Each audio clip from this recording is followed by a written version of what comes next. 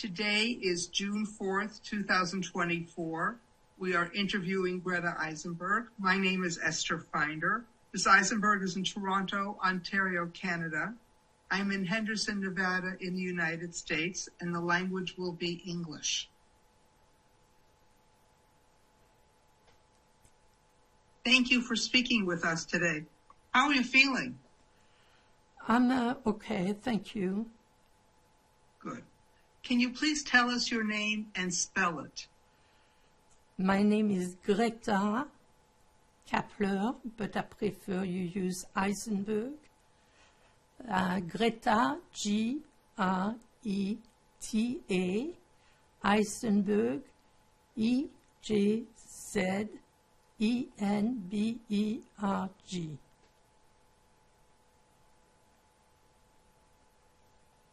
Kapler is C-A-P-L-E-R. Okay. And what was your name at birth? Eisenberg. Where were you born? I was born in Lyon. What country? No, it's okay. You need to stop for a minute? Mm-hmm. Okay, we'll stop. Okay, we are back. I hope you're feeling better. I had asked you where you were born. I was born in Lyon. It was 1941. It was occupied by the Germans, and we had to be hidden because they were taking the Jews to the camps. Can you clarify, please, what country? Oh, France. Lyon, France. And you gave us the year. What was your birthday? November 29, 1941. And how old are you now? I'm going to be 83, I think. I lose years as I get older. Anyway, so I was the seventh child. My mother already had 6 other daughters, and she was pregnant with another one. She ended up having 10 children, 9 girls, 1 boy. But I was born in 1941 when we had to escape getting caught by the Germans. I was given away to some farmers who made me call them Father Henri and Mother Jane.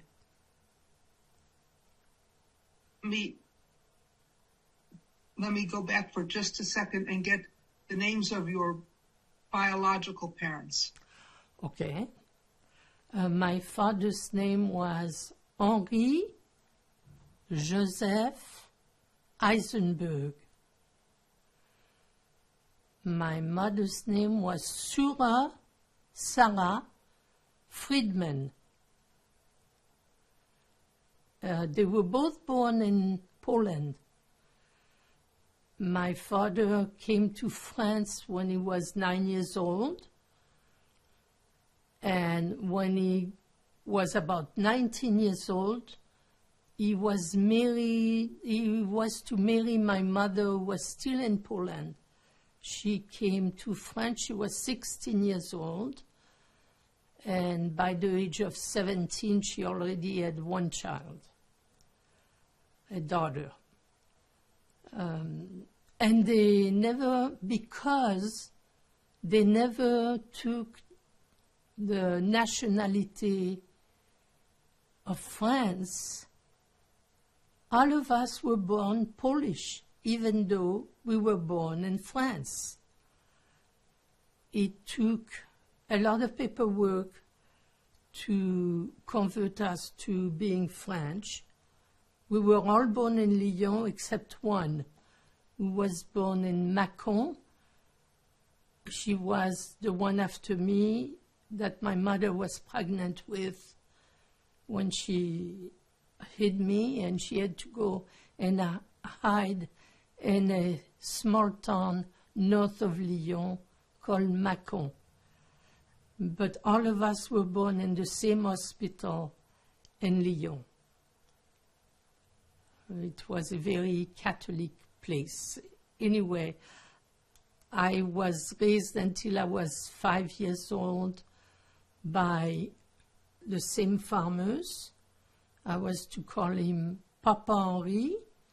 And my father's name was Henri also, but I was not even 1 year old when I was put there. And the farmer's wife's name was Jeanne, and I was supposed to call her Maman Jeanne, just in case the German would come. And I would say Papa or Maman, they would think that I was talking to my actual father and mother. That was why they trained me to call them that.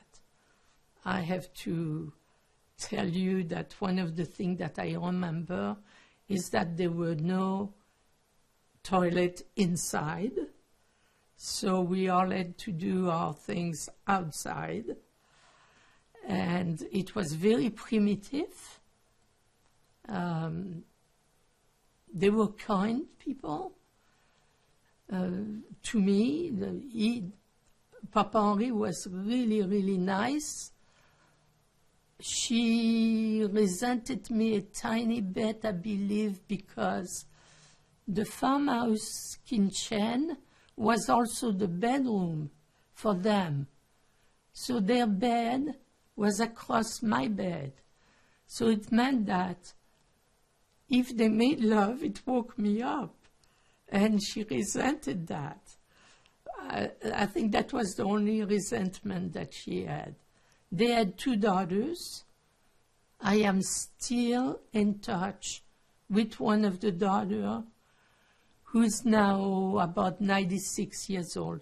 She was 14 years old when I got, 15 years old when I got there, and I was almost 1. So there is 14 years difference between us. And we have kept in touch, Christmas cards and phone calls, until lately, where I have tried to call her and she was not receptive.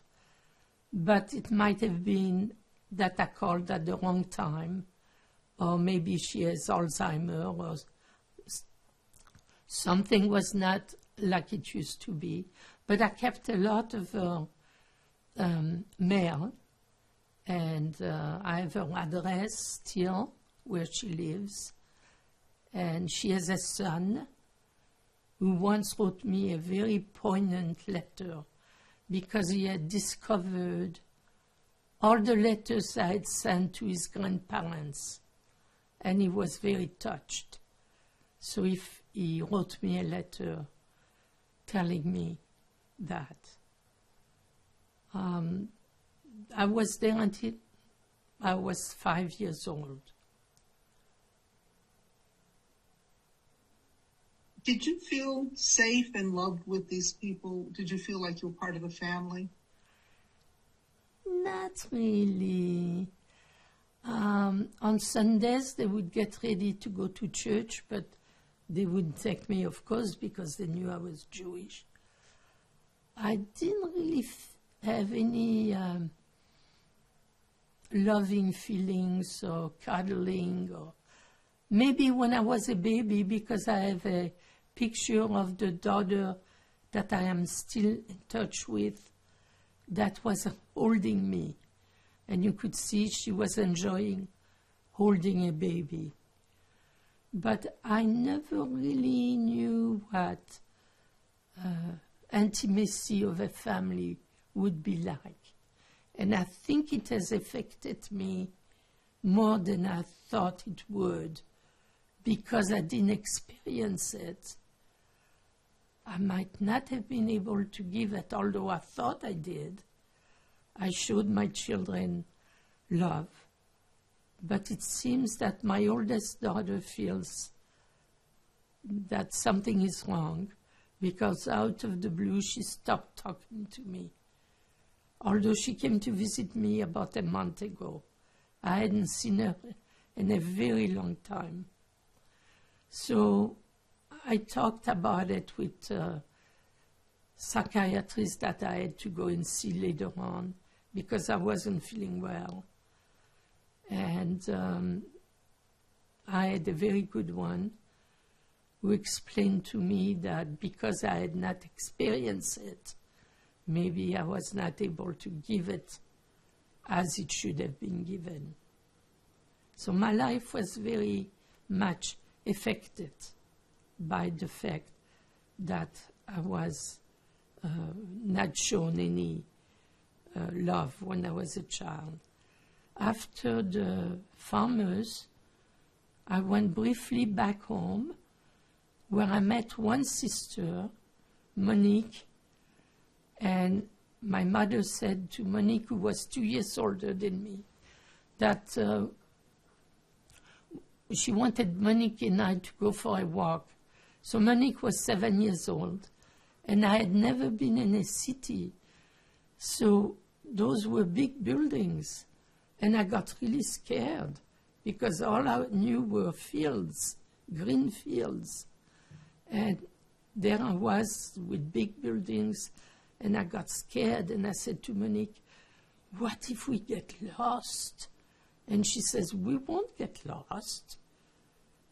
The earth is round, and if you keep walking, you'll get back to the same place that you started from. I think it's the funniest thing. When I think of it, it really makes me laugh.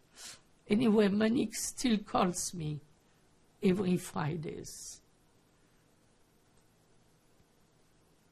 I'd like to stay with the war years for a few minutes more. I realize that you were very young. Were there any upsetting or scary incidents during the war years while you were on the farm? I was traumatized twice, but it had nothing to do with the war. I was traumatized because there was a little bit with the war, but I'll tell you after the two. The first time I was traumatized when I was maybe 3 years old. Papa Henri told me to fold my arms, and he put baby puppies in my arms, and he took me to the back of the farm, and one by one he took the puppies and threw them against the wall to kill them. And I kept crying and saying, please let me keep at least one. But he kept taking them and throwing them against the wall. And they were all killed. And I remember crying terribly. The second time that I was traumatized was that they took a little boy from a farm where some of my sisters were hidden. But the farms were really far away from one another.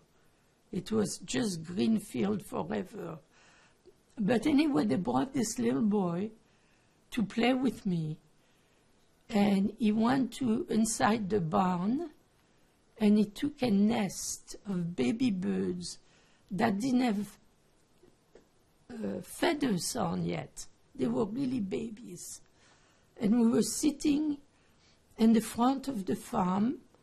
We were sitting on the ground, and he took each babies and he killed them. Like if they were eggs, he cut them. And again, I was traumatized. I couldn't stop crying, and I asked to never, ever see that boy again. The other thing that had to do with the war was that I remember being standing beside Papa Henri and Maman Jeanne, and he pointed to the sky, and he said, they are bombing us. the Germans are bombing France. I didn't know what a bomb was, but I knew it came from the sky. And that's all I knew about the war, when Papa Henri said that bombs were being dropped by Germans. You just gave us two experiences of traumatic things that happened to you in your early childhood. Did the couple that were caring for you, did they try to comfort you in any way when you were crying? No. I don't ever remember them touching me. It's a matter of fact, I was thinking about it. They must have dressed me. They must have washed me. They must have looked after me. All I remember, and this is clear in my mind, because I have one of those memories, is the day I got to the farm. I remember being in a carriage. I remember I was not even 1 year old. My mother was with me. I remember the noise of the horses on the ground, and it was a very nice feeling. I really enjoyed that. Then we got into the farm, and they set me at the table in the kitchen. There were 2 beds in the kitchen also. It was a big kitchen. I could design it. I remember it perfectly well. So there was this big table. They set me at the table, and they put a fried egg in front of me. But I couldn't eat it because I had to say something, but I didn't know what to say. It took a very long time until I was told that I was to say thank you. I didn't know. I was not even a year old. But I remember the egg and the thank you. And I remember the room perfectly well.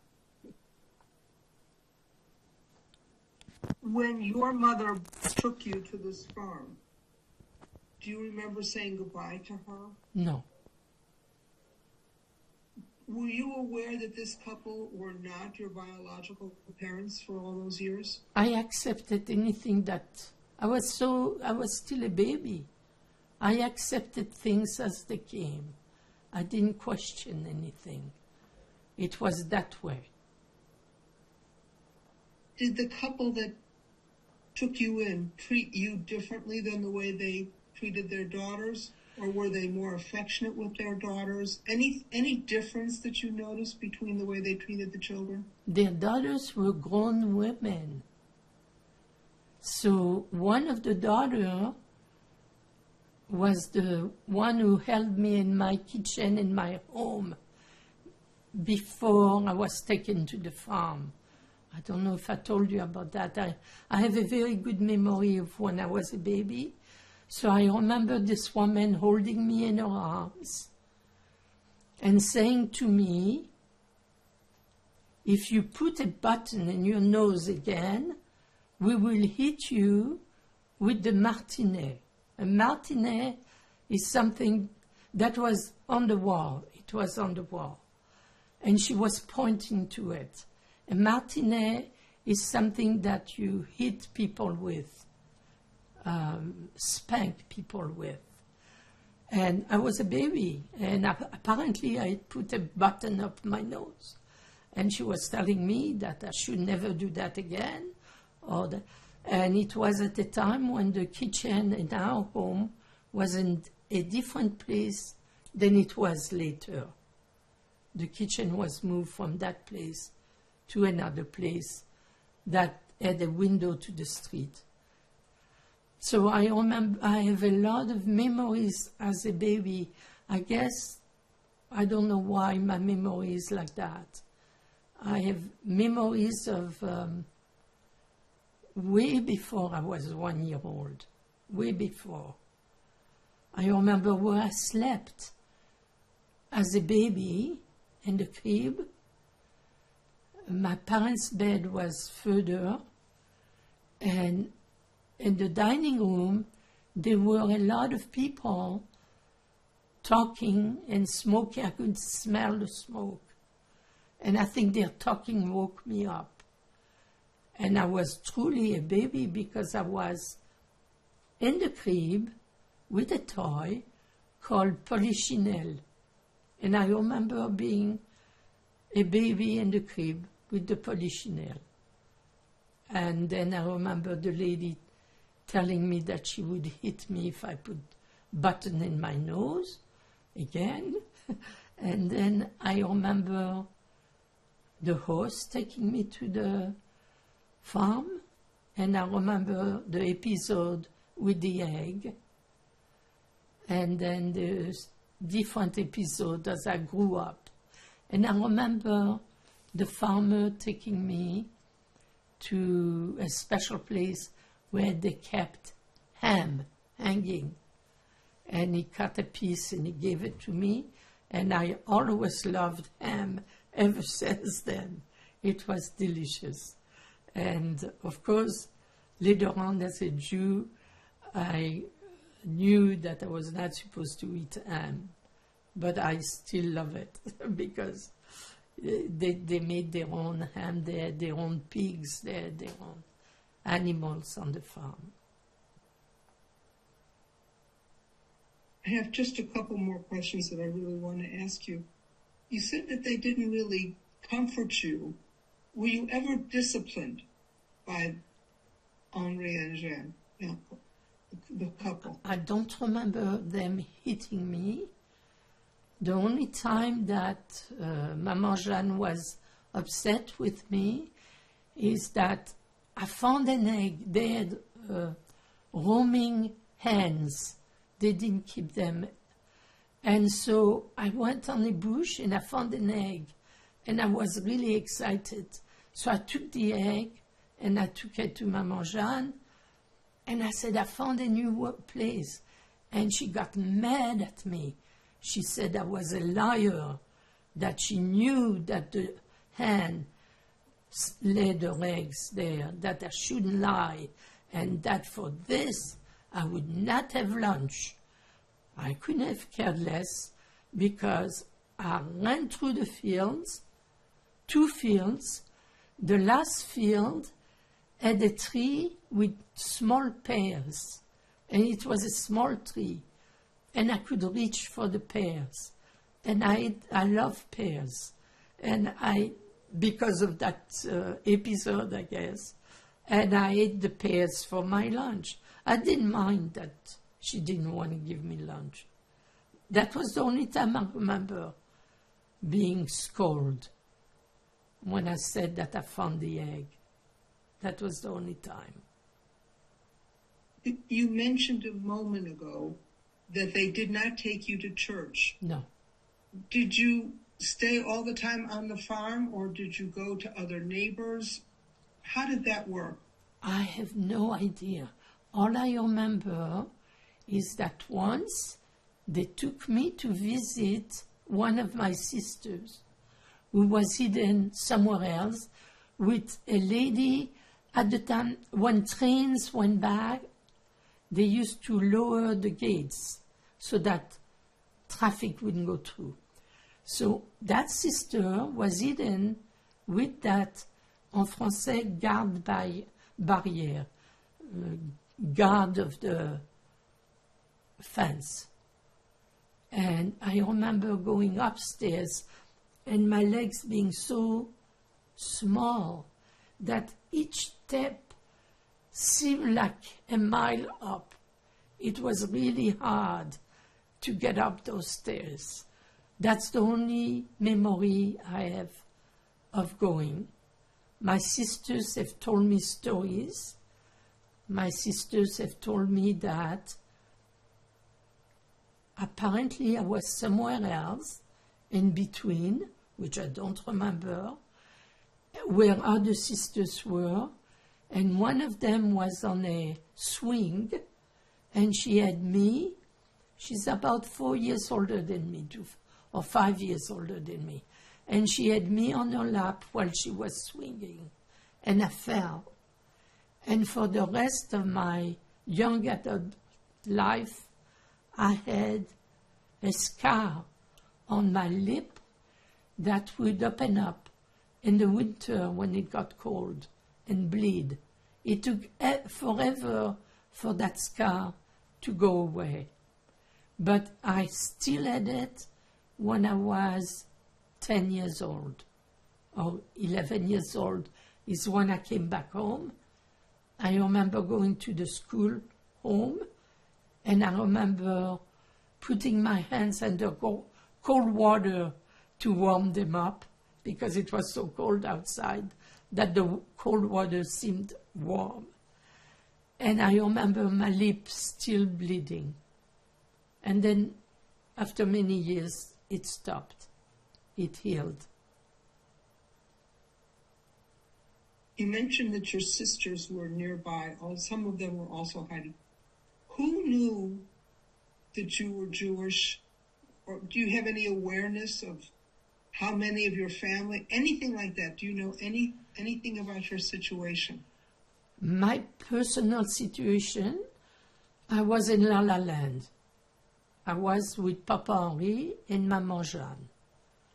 I believe that they changed they didn't own the farm. They were just looking after the farm. And I remember more or less two different farms.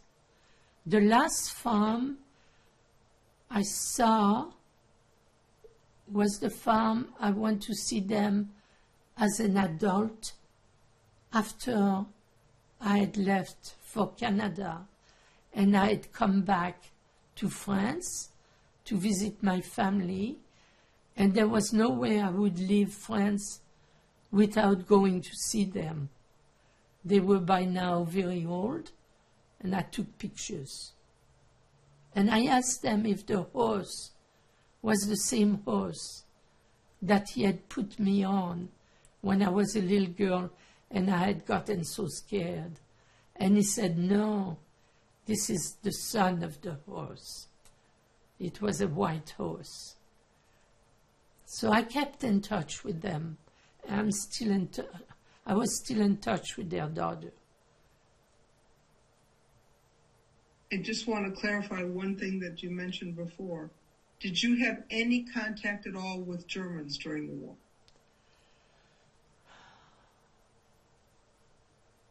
Personally, no.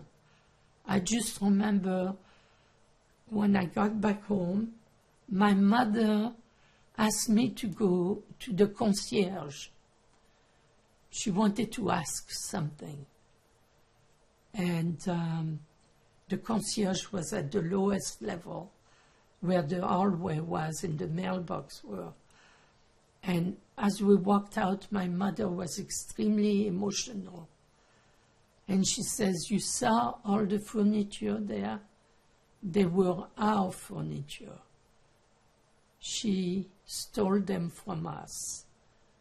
And then I had that feeling on that same ground floor, and I had to ask my sister, not long ago, it's a matter of fact. I asked Monique, I said, why did I get so scared when I went through that part of the building that led to the basement of the building? And she says, you can't possibly remember. I said, but I do. I have an attack of anxiety. I had an attack of anxiety each time I went by. And she said, this is where we went to hide when there were bombs and you were only a baby and your mother was holding you as a baby going down those stairs. I didn't remember the stairs. I just remember what led to the stairs. And I got an attack of anxiety when I went there. I didn't like going there. That was my only German thing that I can remember.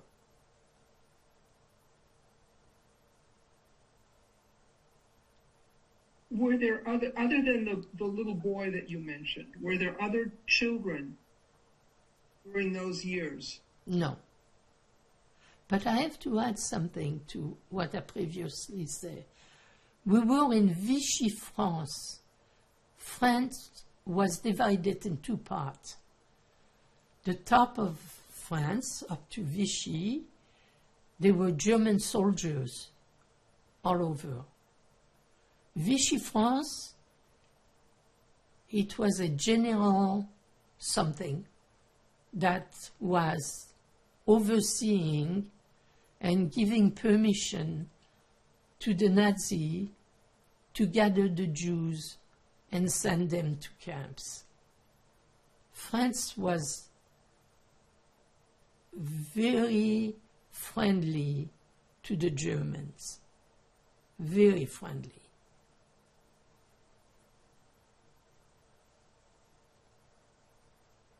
Is there anything else that stands out in your mind about the war years when you were on the farm? All in all, beside those two terrible things about the birds and the little puppies being killed, and Maman Jeanne being mad at me once in a while. Oh yes, I remember one thing. One night, her daughters were still in the house. Because I remember one night, she rolled me into a blanket and she said, let's go. I think they were bombing. And we didn't sleep in the farm. We went to sleep. We ran away into the fields and we slept outdoors. So there was that one time that we were all afraid, and I believe her daughters were still, or one of her daughters anyway, was still there. We ran and slept under the sky, you know. That's the only thing I remember. Otherwise, I had such a weird life because I wasn't home for long. I was sent to places where often Jewish orphans were gathered. Maison de Opège, it was called Opège. And they were mostly, all of them, Jewish children who had lost their parents during the war. And they were placed with different people or sent to Israel. We were very pro-Israel, and they were trying to teach us how to write Hebrew. And I remember them being angry at me because I didn't even know how to read French. Nobody had bothered teaching me yet to read French or write French, and they were trying to teach me how to write those weird letters, and I wouldn't, and they were not happy with me because I was really not going to go for that. And it took me until I was 11 years old to go back to Lyon and to meet my family. I didn't know any of them except Monique, and Camille. Oh, how I met Camille is very weird. It was in that orphanage. It was an orphanage. I heard somebody crying in a closet and lots of kids around, standing around the door. And somebody was screaming inside the closet. And I said, who's in there? And they said, it's your sister, Camille. I have a sister, Camille. I didn't know I had a sister, Camille. I said, where does she sleep? And they gave me the place of her dormitory. So I waited a while. And then I went to the dormitory, and I said, "Who is Camille?" And this little girl with huge blue eyes came, and she was really a tough little thing. She just died not long ago, but she was beautiful, big blue eyes. And she says, "I am Camille." And I said, "We're sisters." Shit.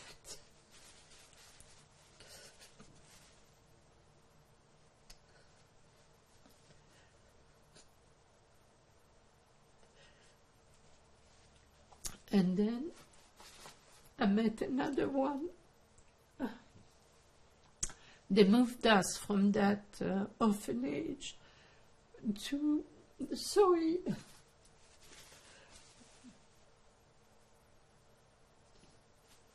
to another orphanage. Different places we went before. It was at Marseille, and they took us swimming by the sea, and I was playing with the sand. I was always by myself. Wherever I went, I was always lonely by myself. I never knew anybody. I was making my own toys. Anyway, I was by myself playing in the sand, and this beautiful girl came and gave me a potato chip. I looked at her. She was like stunningly beautiful. Now I can tell you she looked like Elizabeth Taylor. She was really beautiful. It was Georgette, and she changed her name to Helen because she had two names. I have only one. I'm just Greta. She was Georgette Hélène, so she took her second name. And she gave me that potato chip, and she said, "I'm your sister." So now I had Monique, which I had known. I had Camille, that I had met. And now I had Georgette. But I only saw them briefly. And we were in Marseille in that orphanage until my mother took Camille out because she said she was too thin and she wasn't eating enough. So she took Camille out. And then I went back home when I was 11 years old. And this is when I met my father and the rest of my family, all my other sisters. Can you please introduce us to your family, your sisters and brother? Can you start with the oldest? Yeah. Dora was the eldest. She was 10 years older than me, exactly 10 years. My brother was the last. He was 8 years younger than me. So in 18 years, my mother had 10 children. Dora was, then there was Fernand became Fabienne, who was physically, something went wrong with her, and she got very, very, very sick. She couldn't walk, she couldn't move for the rest of her life. And my mother looked after her like nobody could have looked after somebody better than how my mother looked after Fabienne. Rachel was the third daughter. My mother didn't like her because she didn't look as good. My mother only liked good-looking people. So and Rachel was not bad-looking that I know of, but she might have been traumatized because she became very fat. Betty was the only sister who had light brown eyes. We all had blue or green eyes, but Betty had light brown eyes, and when she had a baby, they turned green. But she had light brown eyes until she had a baby. Then there was Georgette, and Georgette, Hélène, looked gorgeous. My mother adored her. She looked like Elizabeth Taylor, and she was very talented. She drew, and she was really talented. And then Monique. Monique is a story by herself. She's highly intelligent, and she had gifts. She could write songs. She could make music. To me, she was my mother. Monique was the only person I knew, really, a little bit more than others in my family. She ended up having a son who is known all over the world. He's on TV. I watch him on TV every Friday night. He's known all over the world. He's known in the States. He's known in China. His name is Alain Bauer, and he's very well known. You can see him on all the French channels. That's the only son she had. And he never got married because he didn't want... His parents had worked so hard that he felt they hadn't looked after him the way they should have. So after Monique, it's me. And then there is Camille and Danielle, who had beautiful, beautiful blonde hair and was not very bright and not very pretty. But as she got older, she was pretty young because of that beautiful blonde hair, long hair. And then when she was a teenager, she was horrid. And as an adult woman, she became quite attractive. And then there's my brother Georges, who Monique told me had asked if he could call me. You want to call me, you call me. And I said to Monique, oh, he can call me if he wants to. He only called me twice since I'm in Canada. And the twice that he phoned me for was for me to send him money. And if it is money that he's calling me for, tell him not to call me. If he wants to call me to talk, I'll be very happy to talk to him. But I will not give him money. So that's the 10 of us.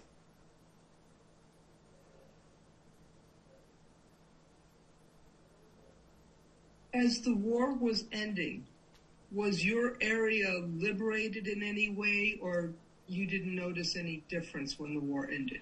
I did see something. I was back home, I was 11, and I was walking through the street, and I saw, en français, une pancarte, a display on the sidewalk with names of people. And I asked the adults, what is that?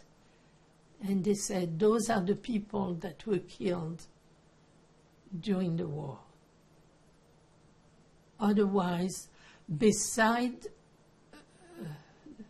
the lady who looked after the building, who had all our furniture,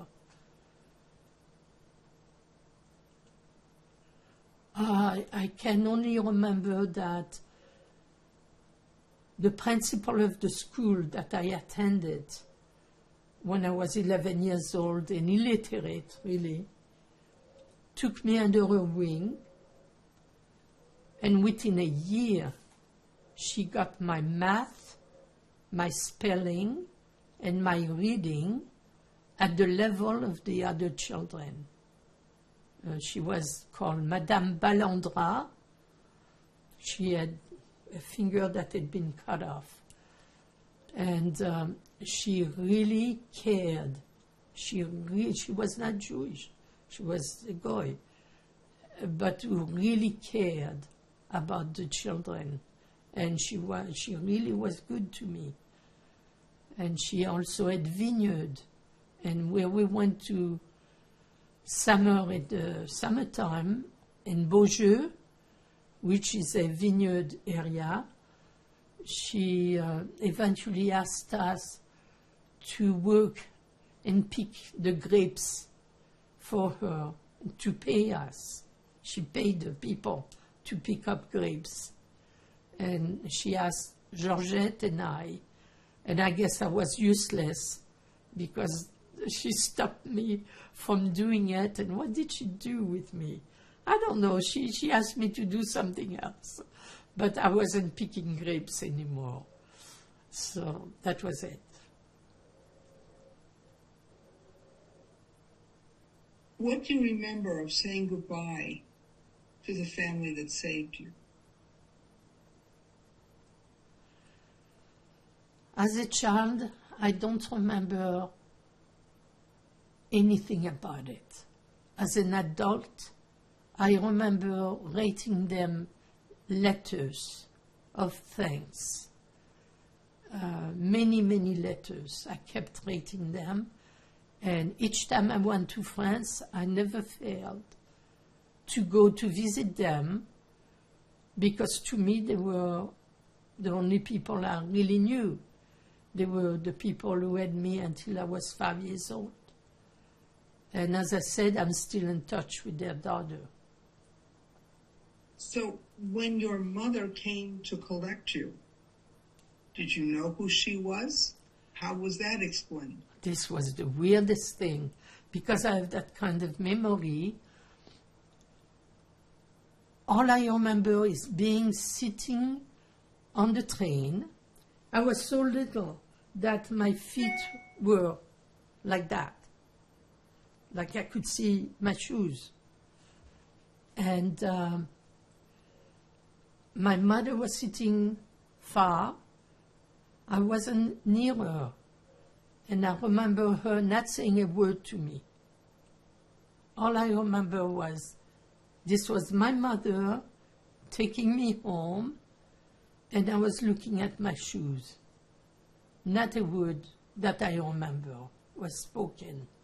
I'm sure she must have said something. I don't remember going to the station. I don't remember any of that. I remember being on the train and looking at my shoes because my legs were so little. I was 5. And when you got home, only some of your family was there, correct? I don't. Were all of your sisters and your brother? We were all home. I think we were all. I think I might have been the last one. She didn't like me because she didn't think I looked good. I was like Rachel. Rachel and I were the 2 people that my mother didn't like because we didn't look up to her standard of good looking. But she was much worse with Rachel than she was with me. I remember one aunt who had gone to a concentration camp and married an uncle of mine, my favorite uncle, the only human being who loved me, Uncle Tony. He was married to this lady who had come back from a concentration camp.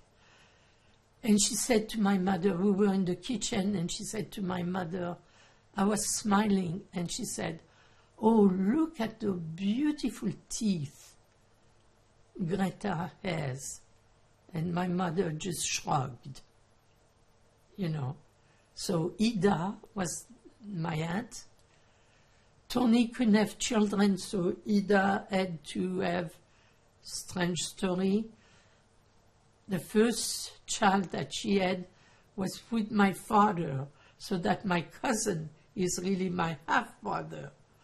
That's what I found out way later in my adult life.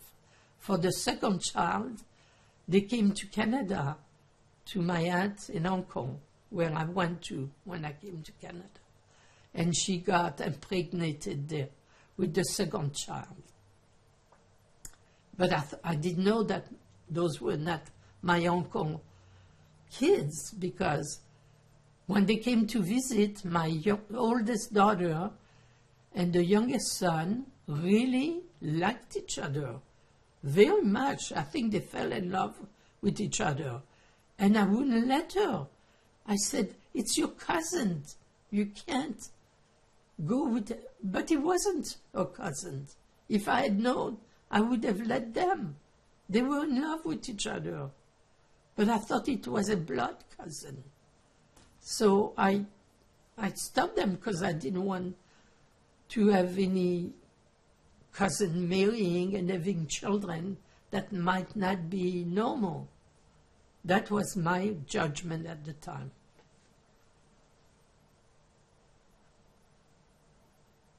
Can you share with us what your experience was coming home and all of a sudden you have 9 brothers, 9 sisters and a brother? What was that like for you? Anxiety life. It was my anxiety attack started when I went home. I was a stranger in a strange land. I didn't know anybody besides Monique, and Monique didn't want to have much to do with me. She was highly intelligent and very occupied with her life. But she was the only person I really knew. And I remember the feeling of loneliness, being put apart, not belonging, and anxiety, and feeling very, very bad. And I remember we had a dormitory below the main apartment. Beds, because there were 9 girls. I had a single bed. And I remember waking up one day with 3 heads over me, and one of them saying, "Look how ugly she is when she sleeps." And I got in such a state that I was afraid to fall asleep anywhere I went. So if I was in a bus on a school trip, and sometimes you fall asleep when you are driving, I would try the hardest I could not to fall asleep, because I knew that when I slept, I was even uglier than when I was awake. So it was really, really traumatic. Being home was traumatic. My father was a relatively nice man. I loved him. I didn't love him as much as I loved my uncle Tony, because Tony truly loved me. The reason Tony loved me that much, I tried to tell him, but he wouldn't listen. He came to visit us when we were in the orphanage, the Jewish orphanage in Cisieux with Opège.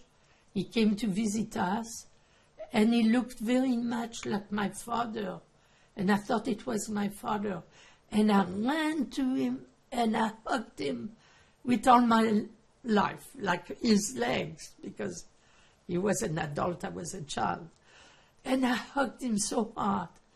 And then I realized it was not my father. It was my uncle, Tony, because he had an eye that was damaged. So he looked like my father, but you could tell them apart because of the eye thing. And I don't think anybody had given him so much love and attention than I did. And for the rest of his life, and he just died not long ago, in his old age. And to his last breath, he said, "My favorite niece is Greta." And it was because I hugged him thinking he was my father. It was a very strange life. Can you tell us how the different members of your family survived the war? I know that, yes, a little bit I can tell you, because they kept in touch to this day with the farmers that hid them. Monique told me that she was with a certain... the farmers that had the son that traumatized me was where Monique was. All the others were with different farmers. The only one that I knew of was the one that Monique was with. Camille, I know, was born in Macon. I don't think she was. Yes. Oh, yes. Camille was also put with. This is a very sad story when I think of it. So that lady that I am still in touch with, that was the daughter of the farmers, got married to Lulu. I have pictures of them. And apparently, my mother, when Camille was maybe 1 or 2 years old, because she was pregnant with Daniel, put Camille with that lady.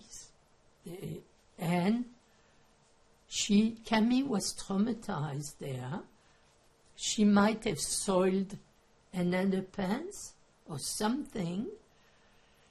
And that person, which the name is not coming because I must have Alzheimer's too, she put her with the pigs. She put her with the pigs, and the child was horrified. And Betty, who is the Dora Fernanda Shelby, fourth daughter, always had a thing with me because I became an airline stewardess with Air Canada when I was 21 years old or so. And Betty, who was 4 years older than me, or 5, and engaged to a multi-millionaire Jewish religious man, wrote me a letter asking me to come to Canada because she wanted to be an airline stewardess too. So I had to write her back a letter. I said, Air Canada only employs unmarried ladies at the time who are under 22 years old. You're already 27 years old, and you are so lucky to have met. He was very educated, very religious. He was the head of a university. He was from Strasbourg, from a very well-known family, Jewish family. They owned the subway in Strasbourg. It's how rich they were. They were really rich. Betty was a very attractive woman, but she was 27. There was no way Air Canada was going to hire her. She never forgave me for sending her that letter. She thought it was a mean letter, when in fact I was just saying, you're so lucky, you've got George Ash as a husband, future husband, and you're going to have a very good life with him. Why would you want to come? Anyway, they wouldn't hire you. When you're 22, they put you were 23, you were already too old for them at the time. It was in the 60s. So that Air Canada had those rules. Now, if you go on an airplane with Air Canada, you will see women in their 50s, maybe 60s, still flying as stewardesses. But at the time, this was their rules.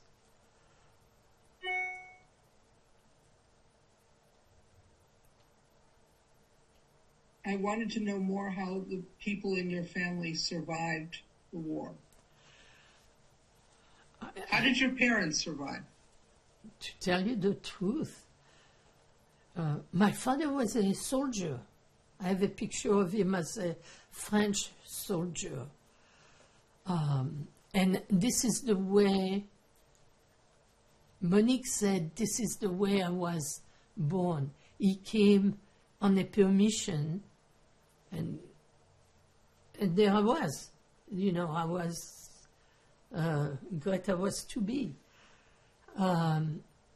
So he was a soldier, then he got out of the army, and there was a woman that helped Jews. She was a prostitute, but she was a good woman, an attractive woman, and she helped Jews. She was a Gentile. And he brought her to my home, where my mother had all those children, and eventually she became my father's mistress. And he left my mother for her. So that's the story. He stayed alive by being a soldier first. My mother must have been running all over the place because she had Camille in Mâcon, which is north of Lyon.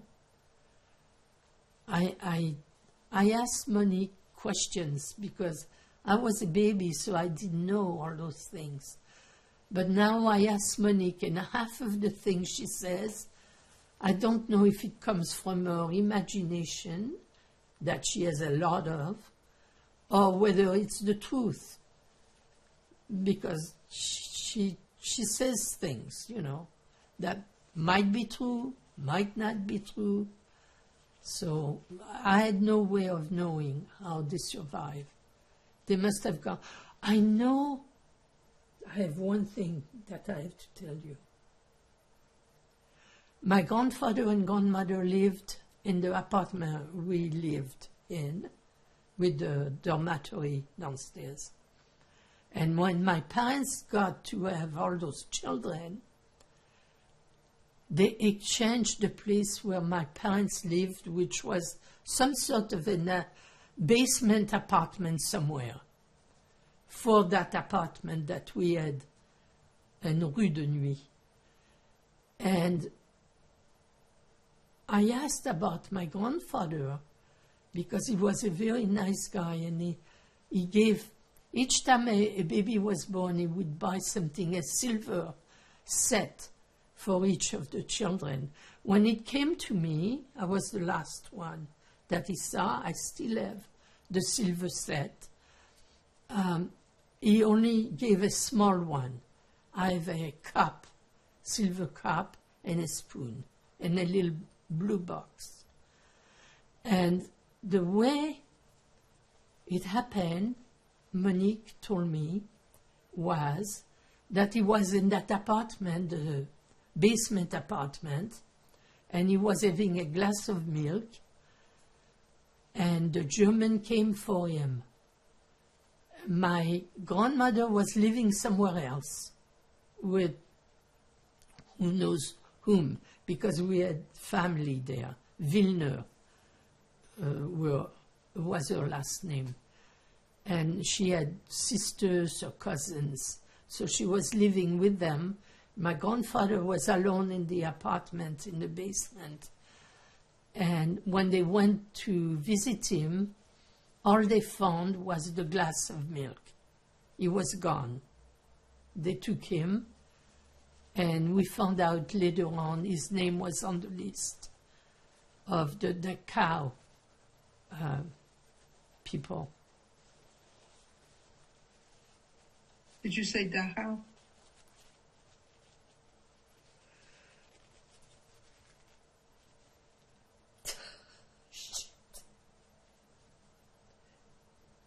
Yes, I did.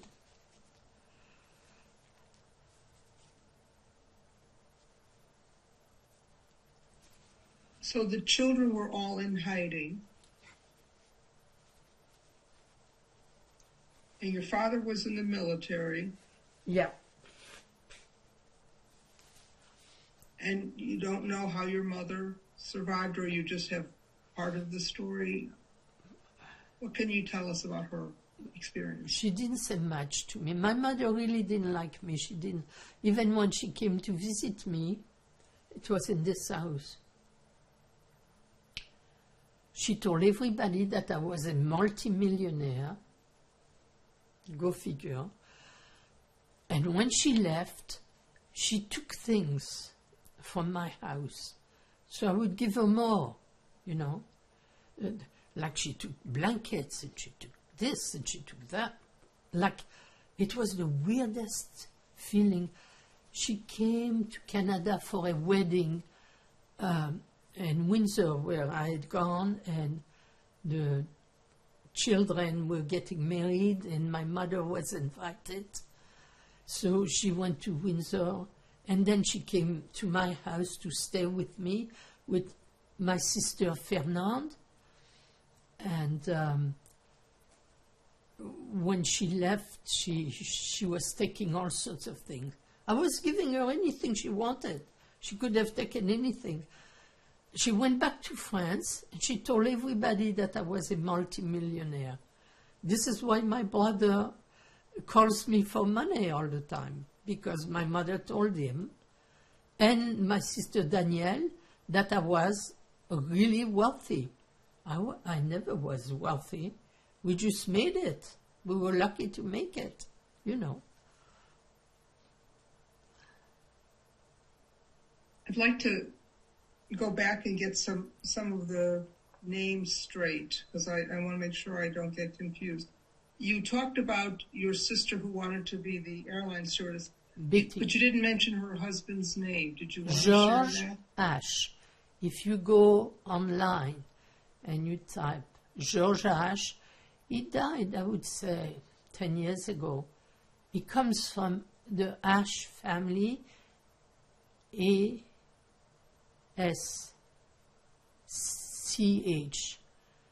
George Ash. They were a very wealthy family, from Strasbourg. But he came to live in Lyon. And you mentioned the woman who saved your father and later became his mistress. Did you want to share her name? You know what? It escapes me. My mother called her all sorts of names, of course. That's okay. You don't need those. But I really, she was a good person. She helped Jews. I mean, you know, and I guess by the time my mother had all those kids, she didn't look like she used to look. And my father fell in love with this woman, and he stayed until the day she died of cancer. They were together. Marie-Lou, voilà. I remember her name. Marie-Lou.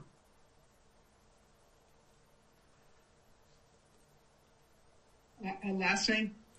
Oh, I don't know. Just thought I'd ask. I have no idea.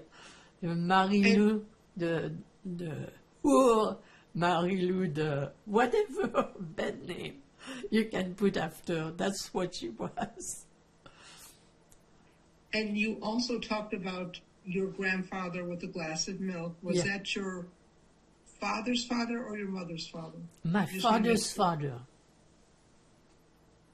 What happened to your other grandparents on your mother's side? Oh my God, that's a story. That's a sad story. This is why my mother was so sad all the time. So she must have been very ashamed of her life.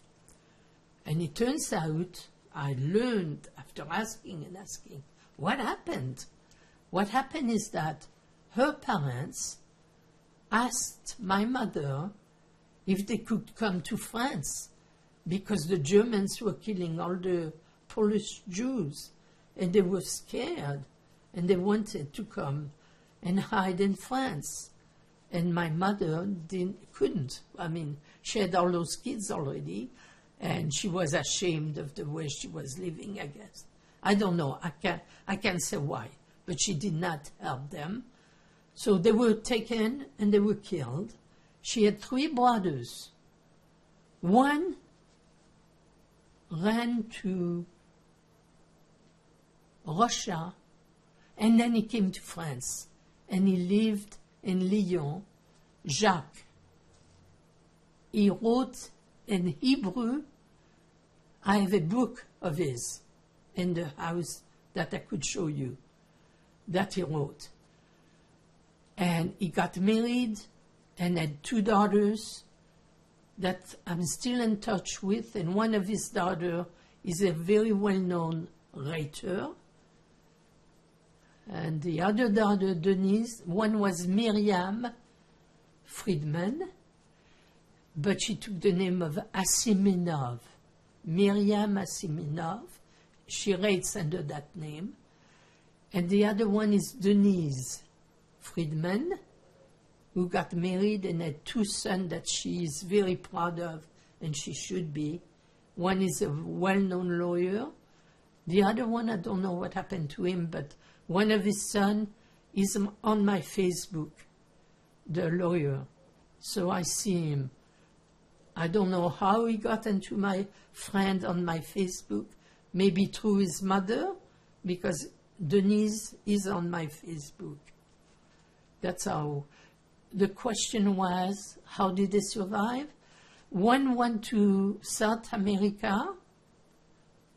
He had been married, and he thought his wife was dead, and he got married in South America. And when the war was over, he found out that his wife in Poland was still alive. So he was a bigamist. The other two brothers got killed on the way to the train that was supposed to take them to the camps. That's what I know about my mother's family.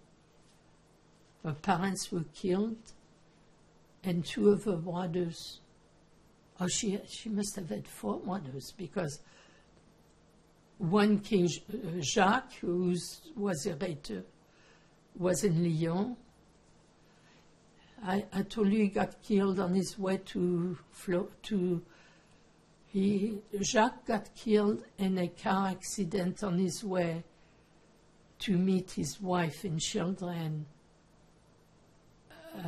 sur la Côte d'Azur, French Riviera, going to the French Riviera. He got killed in a car accident, and I don't know what happened to the one in South America, and his business of being a bigamist, having a wife in Poland and one in South America. He was in Argentina. I know because he sent us gifts at one point. I think a mezuzah or something. They stole all my jewelry, but I think I still have the mezuzah that he sent us. Somebody broke into my house, stole all my jewelry and all my silverware. But somehow the mezuzah survived, I think.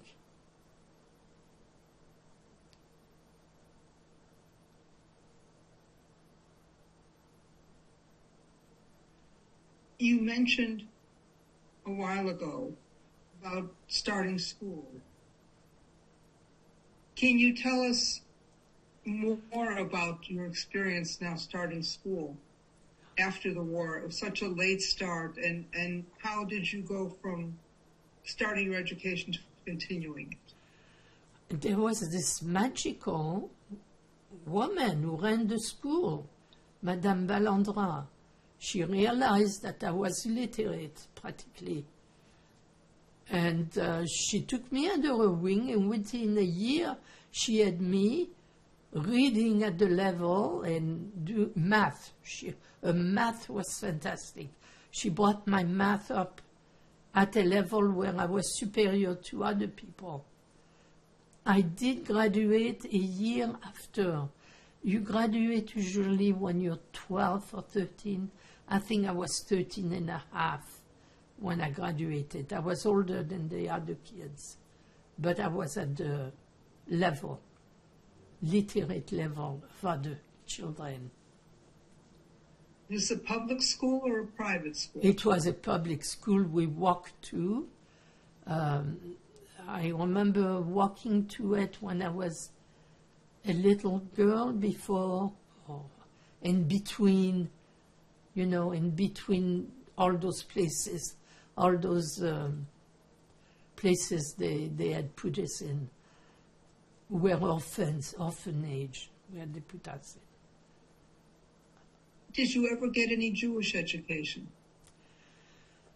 In that particular one where they wanted me to learn Hebrew, they did celebrate the birth of Israel.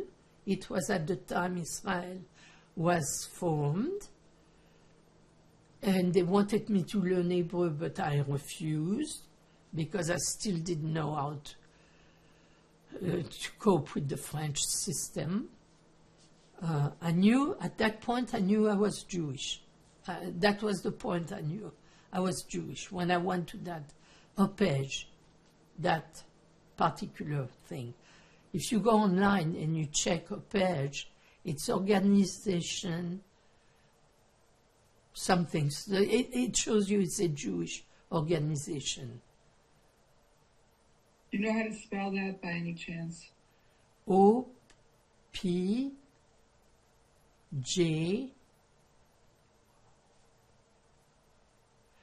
O-P-E-J. O-P-E-J. I went online and I found it. It's a Jewish organization. I knew the strange thing is that we were all at a very, very long table, all orphan or half orphan or people like us whose parents couldn't look after. And I looked at my side and there was this little boy and his father was a midget. I don't know if he was Jew. I guess he was Jewish. And I remember looking at his deformed hands. And he was talking to his son, who was totally normal. The son was absolutely normal. I never saw another midget before or after. But this is something you can't ever forget. When you see it, you know, it's very strange. To this day, I don't know if he was Jewish or not. Because that orphanage was for Jewish orphans. I was there, I was not an orphan. How much education were you able to get altogether? Altogether, all my life, of my life.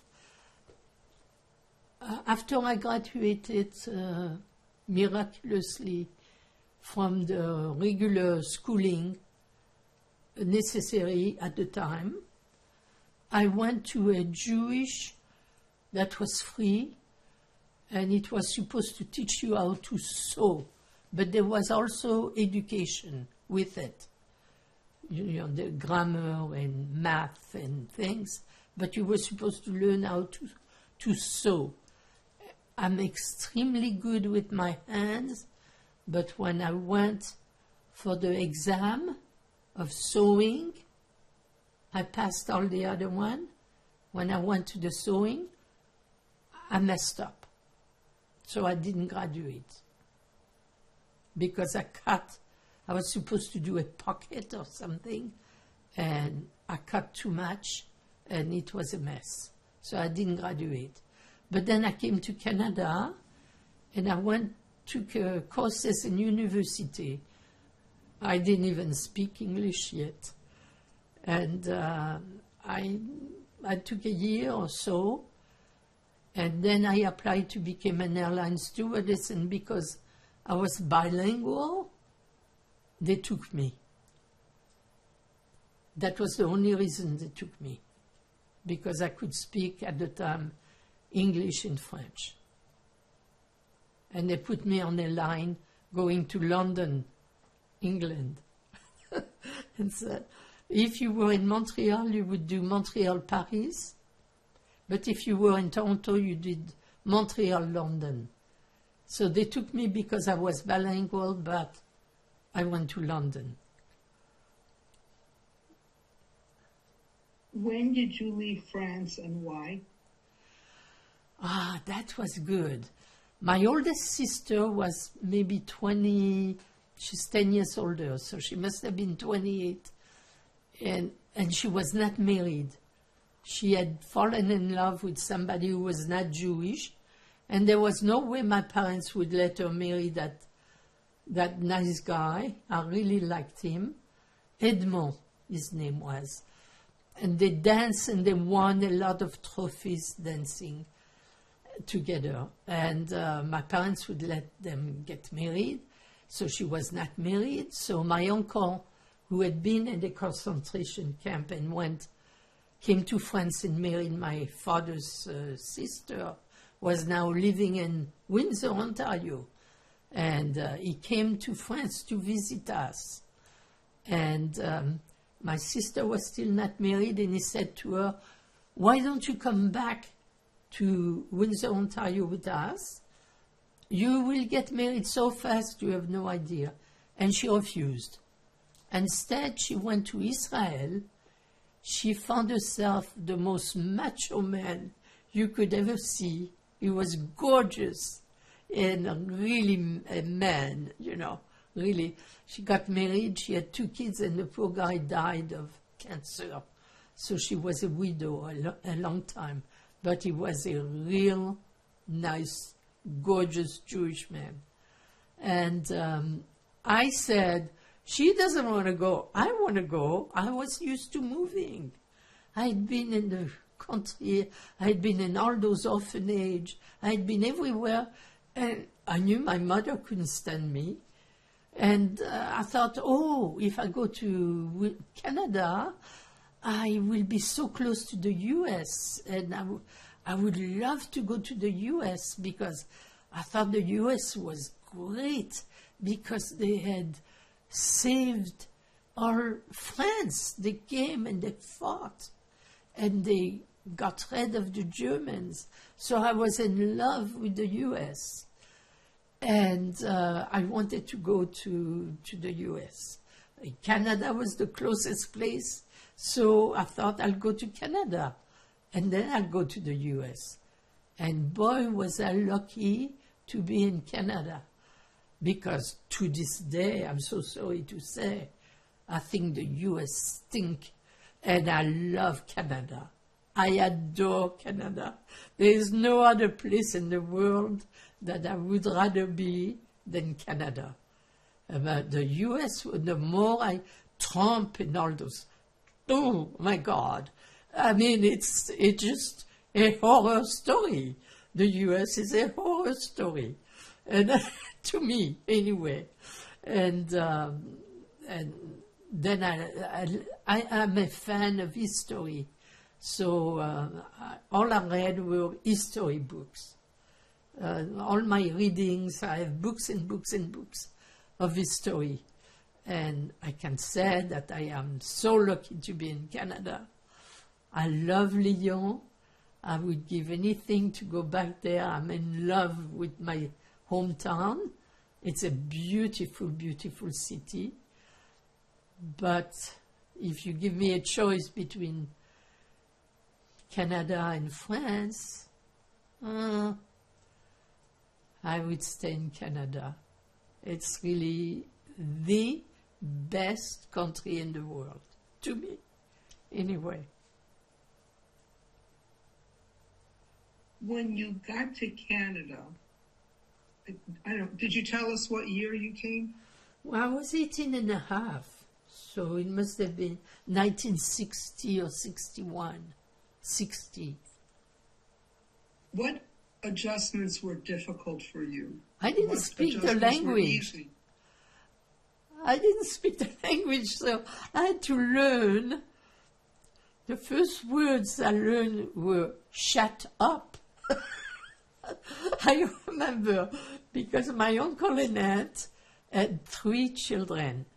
They wanted me there so that I could help with the baby. Baby was Linda. And they had a son, Jack, and a daughter, Miriam. And Jack was a little devil. And he always said, "shut up," to everybody. Shut up. This was the first words I learned. And then I took baby books, you know those baby books that you read to children? I learned English by reading those books. And then I would go once or twice a week to a place in the evening for newcomers to learn English.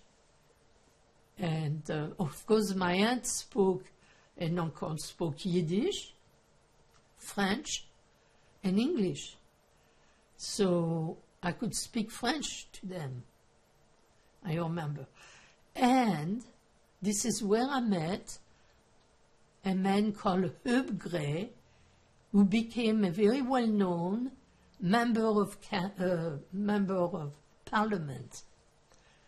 And he was about 8 years older than me, and he was the first Jew elected and as a member of Parliament, Herb Gray. If you go online, you will see. And he got pretty attached to me, but he wanted to look older because he was so young for a member of Parliament that he let himself like he was. He was the nicest man in the world. And then I met a dental student, Jewish, of course. And we were engaged until his parents came discussing of the wedding, and they wanted my uncle and aunt to buy the son his first dental chair. And I got very offended, and I took off. I had made a friend in Windsor who lived in Toronto, who was a mortuary, who was the Jewish mortuary. His father was. And I took off, and I went, my first night was sleeping over the Jewish mortuary that was downtown at the time. Now it's moved. I forget the name of the thing, but it's the only Jewish place where Jewish people go to get buried, except me, because I'm being cremated, and I bought the cremation, and I bought everything. I'm not going to be buried. Jews are not supposed to be cremated, but I am being cremated. Sorry, I just have to cut through. Can I cut just for change batteries? Something just died. Is it what was beeping? I'm going to just cut right now. He sends to me, and they were very, very friendly, cordial. Until the day I told them I was Jewish. I told the boy, the son, that I was Jewish, and he flipped. You're Jewish? Yeah. But you're French? Yes, I was born in France. I was born Polish in France, but I'm Jewish. My kids went to Associated Hebrew School. They both speak Hebrew. They both write and read it. I'm very Jewish. This is what I said to him.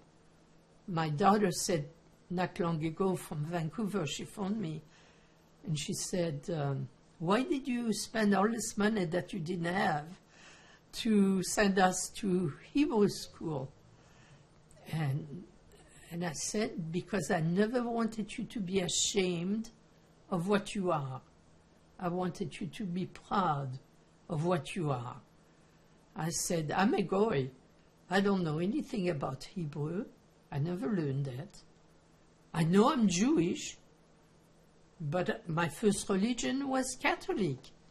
I learned about, and I loved it, Mary and Jesus. And it was the nicest story you could tell a kid who was all alone, that up there was a lady called Mary that looked after you, and that Jesus was the Son of God, and he was up there looking after you. It was extremely comforting to me.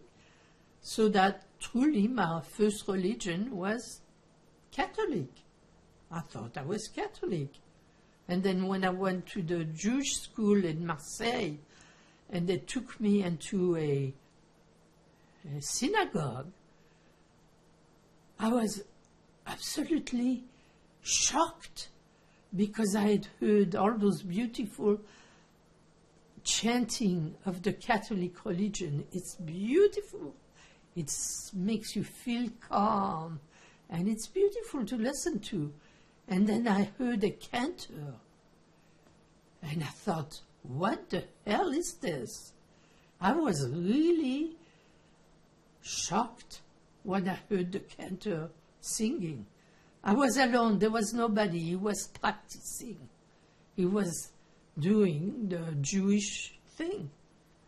But because I had been introduced to the Catholic religion before, and that I liked it, when I heard the chanting of the cantor, I was not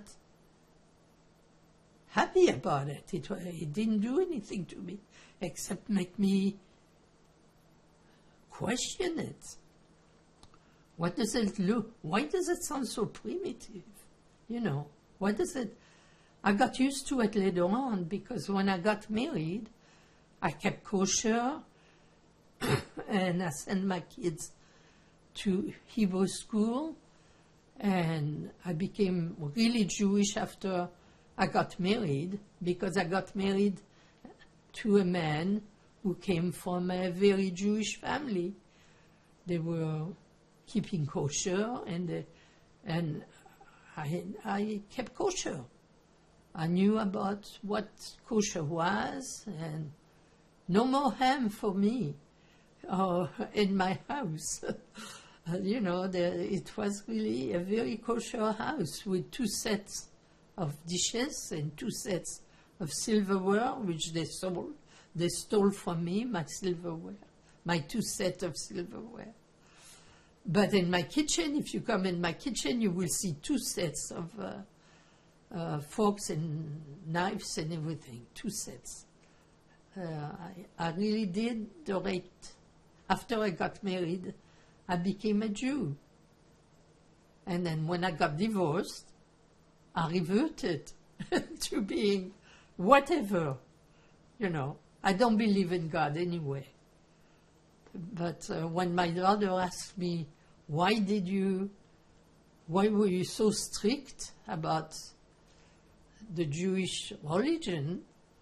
Because we did Pesach, we did everything, really like good Jews.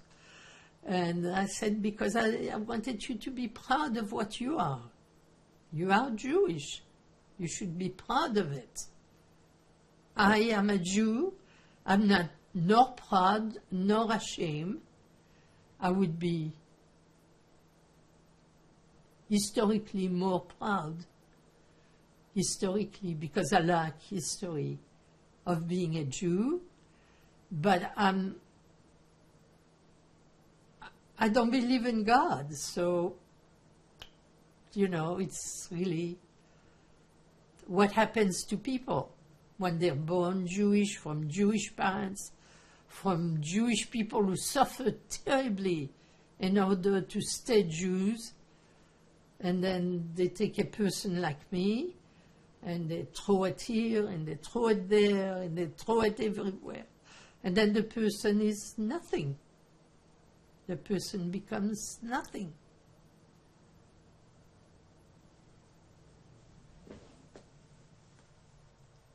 Did any of your siblings, your sisters or your brother, did any of them move to Canada? No.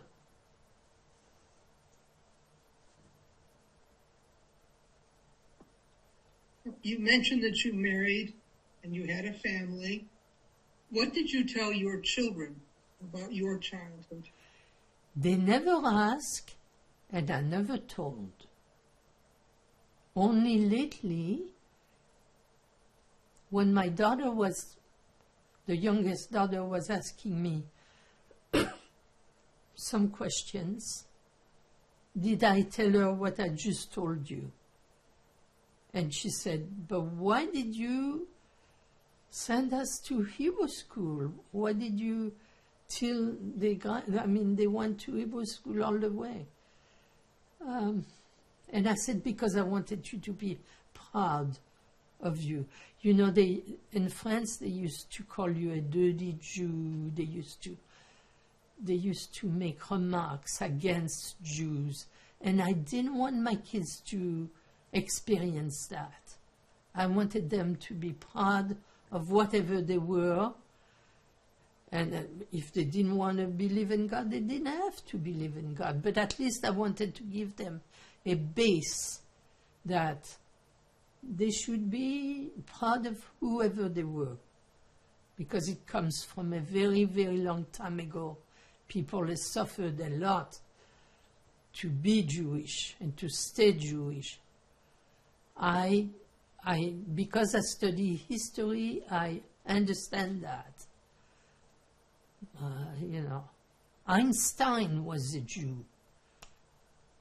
And he believed in God. This is one thing I can't get over. Because such an intelligent, knowledgeable person as Einstein still believed in God. And that floored me. I still read, stuff on Facebook here and there. I can't read anymore because I have only one eye. And it's hard to read. And I used to be an avid reader. So I miss that. So now I watch TV and I look at Facebook. And this is where I saw that they said that Einstein still believed in God. I was floored when I read that.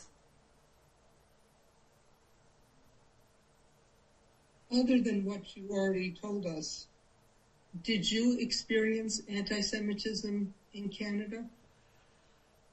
From my next door neighbor. Once I told them that I was Jewish, it suddenly turned around. From being friendly and nice and talking, suddenly I became enemy number one. Last year, I remember the neighbor across the street and the neighbor on the other side coming to help me shovel the snow. He came out of his door and yelled at me, but screaming at me. I don't know why. Oh, I had taken the snowblower out, and I was going to use it, and he came out of his door and screamed at me. I told him I said, I don't care, I have to say it. I said, fuck you. He was screaming at me for I don't know why. And the neighbors heard it because they were coming to help me shovel the snow. We had a heavy snowfall, and they knew it was going to be hard for me to do. So they came to help. And this guy was outside his door screaming at me. I don't know what he was saying, but he was yelling and yelling. That's the only, I would say, anti-Semitism I ever got in Canada. And they're not even Canadian. He's an Englishman. And I don't know where she's from. Canadian people are not anti-Semitic. I think they're very nice people. I only encountered, I like Canada. I like Canadian people.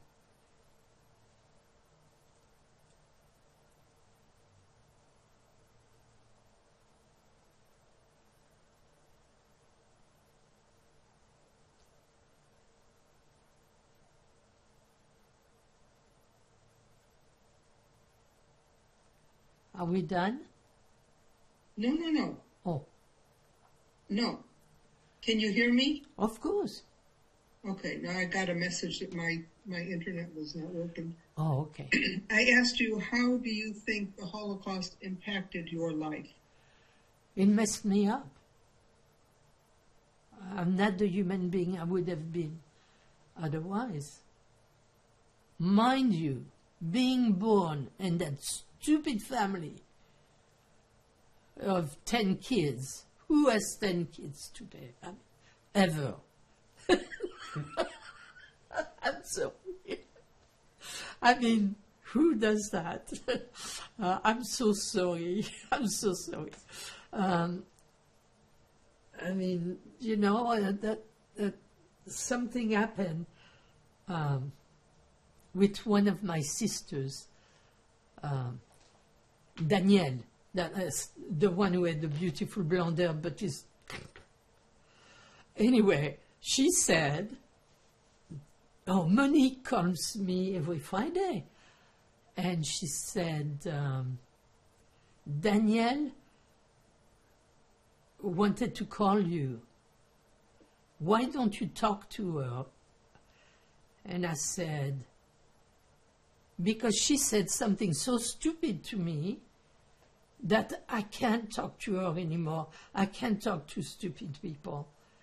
She told me that my husband had left me after 30 years of marriage for somebody else because I had my tube tied when I had my second baby. Both my babies were born with cesareans.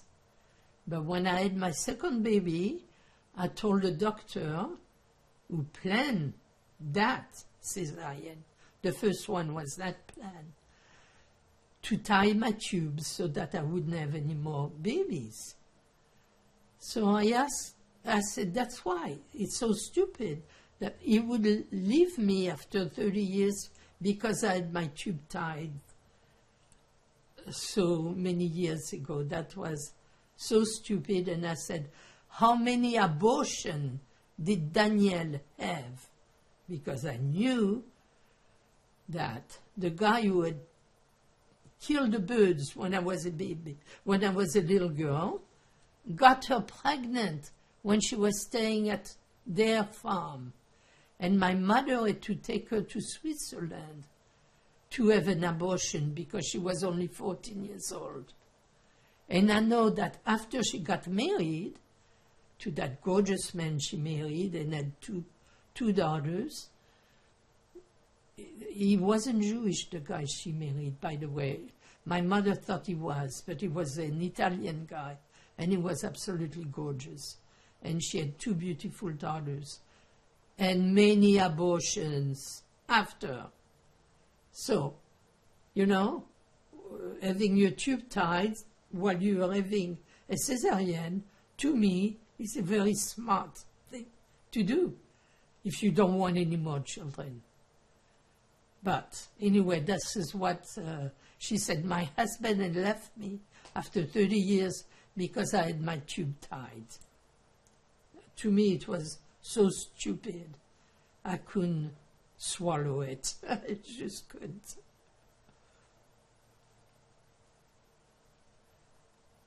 How do you think the Holocaust influenced the way you raised your family?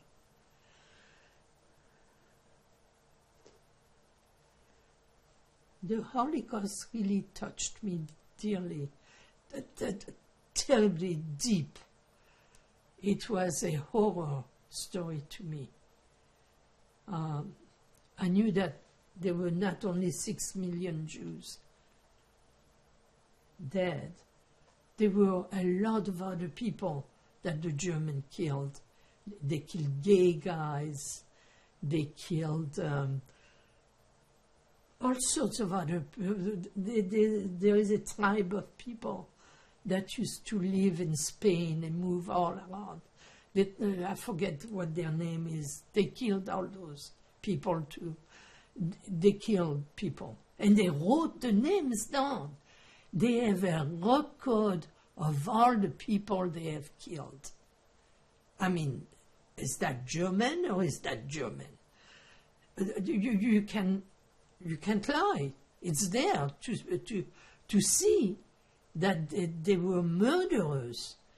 And yet, the most beautiful music has been written by German people. They were literate. They were educated. They were people that you could admire. And murderers, killers, the worst. And the sad thing is that it's still like that. For a while they felt sorry and the people said, no, we won't do that. But if you read the news or if you listen to the news, those people are still there. They would still do it. They haven't changed. They're still murderers. Not all of them, some of them. If you're well read, you know that what I'm saying is true. I see it all the time on TV. The news tells you about those people that are still like that. I thought they had been cured. I thought the horror that they had committed against humanity had straightened them out. They had realized what they had done. No, they're still there. The seed is still there. It's really scary when you think of it. I hope they're not given a chance to ever do it again. I had asked you about how you think the Holocaust influenced the way you raised your children. I was just wondering if you wanted to respond to that. It made me want to raise them so that they would be proud of themselves. I wanted them to be, I'm a Jew and I'm proud of it. And they are. I mean, they might not believe in God or anything, but they will never hide, they can't. I mean, the way they were raised in a kosher home, in a Jewish school. One of them has 3 PhDs, and she's waiting for me to die to leave her my money. And I stopped talking to her when she said it. And 3 PhDs. The first PhD was 3 years. The second PhD takes longer. And the third PhD takes even longer. I don't know if you knew about that, but PhD take longer as you take them along. She doesn't have to work because her mother will leave her house and whatever she has. No more jewelry or silverware because somebody stole it. But the rest of it will be hers, she thought. She thought, because my oldest daughter, out of the blue, stopped talking to me. I really didn't know why. And she came to visit me not long ago, so I saw her. It's a beauty. I'm very proud of what I raised. She's a social worker, and she's beautiful, and I'm very proud of. I didn't know why she stopped talking to me. I went into my brain and I typed a letter because I asked the youngest daughter, why did she ever stop talking to me? And she said, because she said that you abandoned her. And I couldn't figure out when. And I remember when she was a teenager, she worked somewhere and she was caught by the police stealing in a drugstore. And she called me. But I was at the time slim, good-looking, with a thick French accent. They were going to take me seriously? No. So I called my husband, who was a chartered accountant and was a man that really people would trust. I called my husband to go and save her from the situation she had put herself in. So I thought that was why. But then I remember there was another episode, and this one is really tricky. When she was about 14 years old, 13, 14, I asked a friend of mine who spoke French. She was from Morocco, but she spoke French. Jewish. And I was going somewhere, I think, on a bridge tournament. I'm a life master bridge, a life master. I played bridge all the time. I was going on a tournament, and I asked her if she would take care of this daughter. And when I went to pick up the daughter, she told me that the son had done something. She didn't tell me in details, but it took me aback because I remember being with the boarding school. They'd sent me on a holiday somewhere, and I remember sleeping, and this guy was touching me. And I woke up and I left really quickly. So when she told me that this boy had done something to her, it brought back my memory. I stopped talking to that woman, but I think my daughter thought I didn't do enough. I think that's what it was. So I wrote a letter to her, to my daughter, telling her about sending her father to save her. But then I remember when she was younger, what had happened to her at my so-called friend house with her son. And I think it might be that. But my daughter did come and visit me, and I was glad of the result. It was a nice, beautiful human being, and gentle and nice. And she came in a beautiful little red car, and we sat outside, and I was so emotional, and I knew I looked terrible. And we were sitting outside. I had taken my walking chair out to talk, because first when she agreed to come, she says, okay, but I won't come in the house. I'll go in the backyard and sit outside. Okay. And she said, then we'll wear masks. Okay. I said, okay, I want to see you. Come, we'll sit outside in the backyard and we'll wear. So when she came, I came out, and I was holding the mask, and she went, no mask. And so I opened the door, and it's a double door, so it took a while, but I took my walking chair out so she could sit on the chair and me. And then while we were talking, she says, should we go in? And I made a mistake. I said, oh, we're here already, and it was a beautiful day. I should have let her come in. I made a mistake. I think if she had come out and she had seen all of the pictures, and it would have brought us back closer. And when she left, I didn't know to go and hug her, because it was at the time when we were still using masks.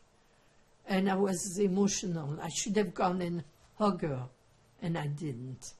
So it's really my fault. And she has blocked me. I wanted, for example, I went to renew my RRSPs, and her name was not on it, and I made sure that her name was on it. And I speak to a person once a week from the Bakery Center, which is a Jewish organization. I speak to this person, Anne, Max, once a week for about an hour. That's the only person I speak to. I have nobody else to talk to.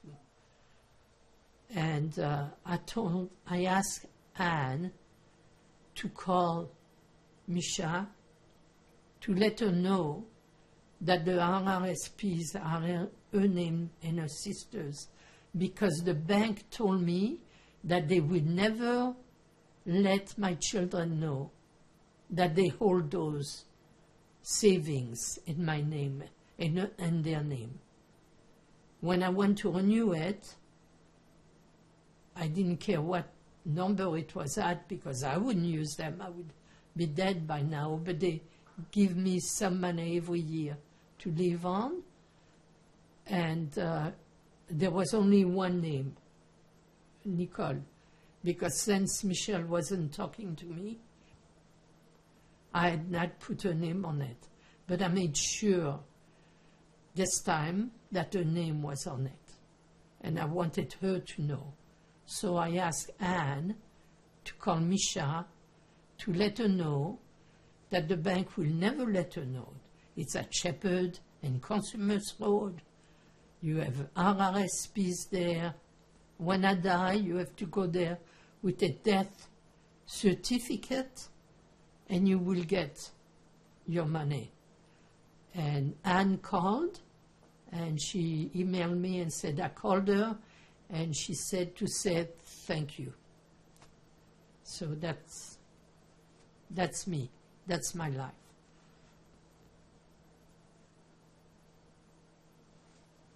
Can we speak for a few minutes about October 7th and the rise of anti-Semitism? Oh my God.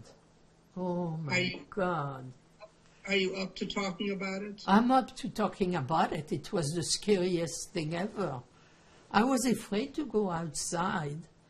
I was afraid that people would damage my house, because I'm the only Jew in the area. There used to be Jewish people here, but they all moved into the Jewish area. I stayed. I feel comfortable with, I'm used to it. I was raised among non-Jews.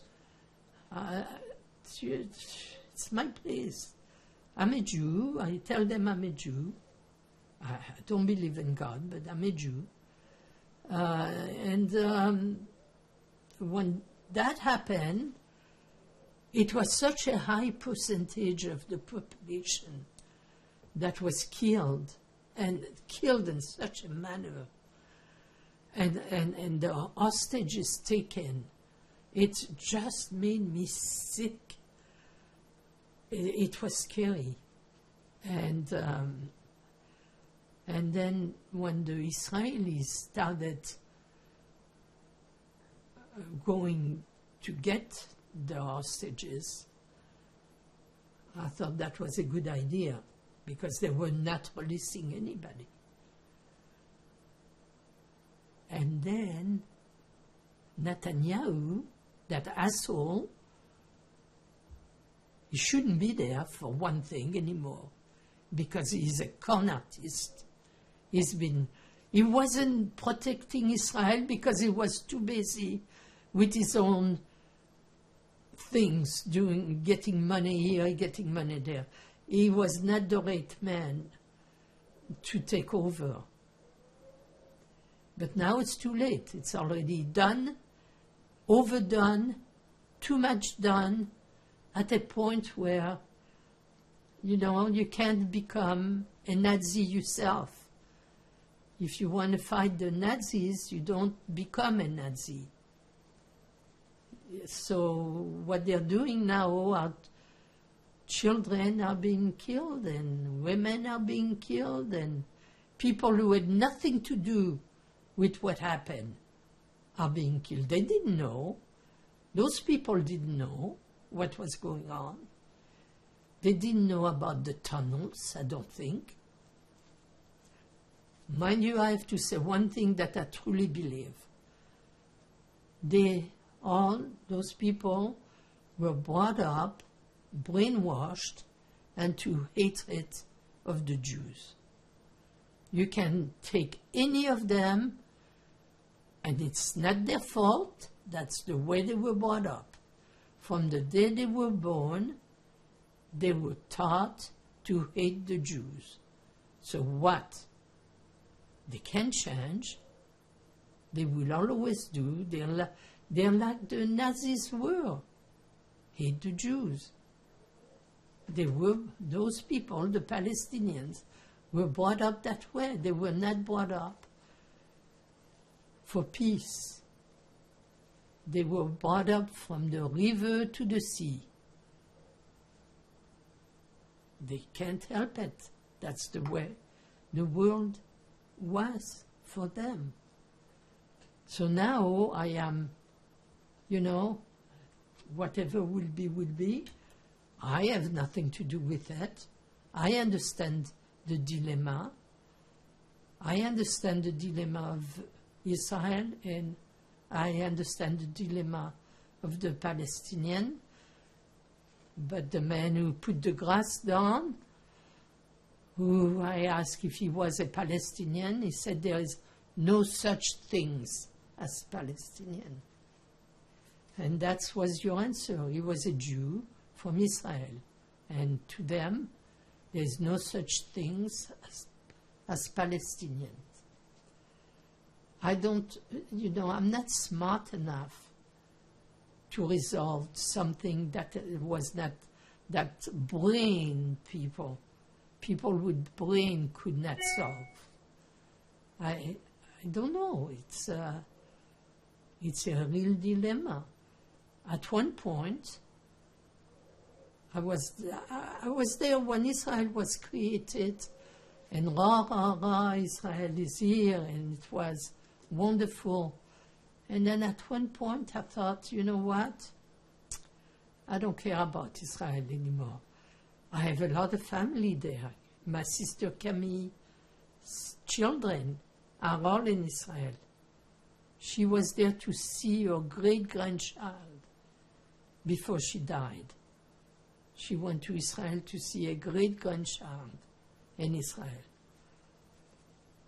So after reading and looking at the history of Israel and how they were there when Moses put them there, and how they divided and went into one side in Europe, one side in North Africa.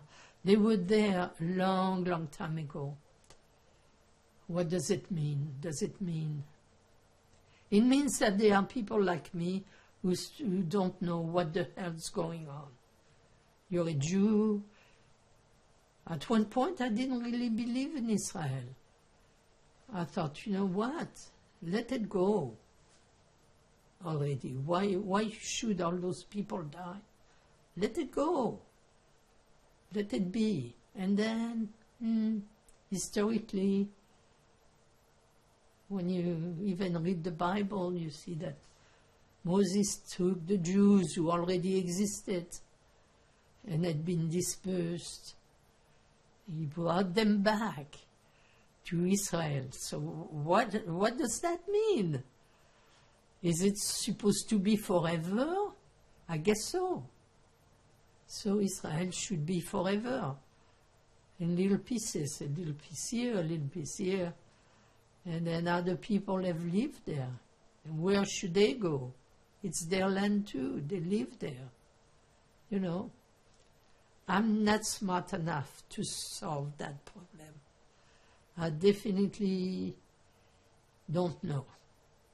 And when it happened, it broke my heart to see what they did to babies. They killed babies. It was awful what they did. And they did it as a political thing, because Israel was going to now be involved with some important Arab nations. They were making friends with Arab nations, which would have given them, they would have been legitimate. And so, I don't know what their name is, those awful people that came and killed all those Jews were. I forget their names. But the whole thing is scary. It's, you're lucky you're not a Jew. You're very lucky. Yes. We're going to conclude in a minute, but I wanted to go back and clarify a few things. You mentioned that you stayed in touch with the daughter of the farm couple. Can you give us her full name? You know, I'm very emotional, so her name just escapes. This is one of the first things that happens to me. I forget names. My memory is very good, but I forget names. So let me ask you. Aimé Fusy. You see, it takes a while. Before, the names would come just like that. Her name is Aimée Fusy. Her name was Lacroix. The name of the people, her parents were named Lacroix. But her married name is Fusy. And her husband's name was Lulu. Louis, I guess. We called him Lulu. I wanted also to ask if the school where you learned the sewing, Oh, was that an Ort school? Hort. Yeah. I want to clarify that. And you also talked about not believing in God. Did you want to add anything to that? I don't believe you in want- God. It's very simple. The simplest thing you can think of. The earth is here by chance. We might be the only planet with people on it. We might not be. We don't know yet. There is a large universe. I don't know how the universe started. Nobody knows. God had nothing to do with it. We invented God. To civilize humanity, we invented God. God made people more civilized. So we invented God. And the people who invented God might have been Moses, might have been the brainy guy who invented God.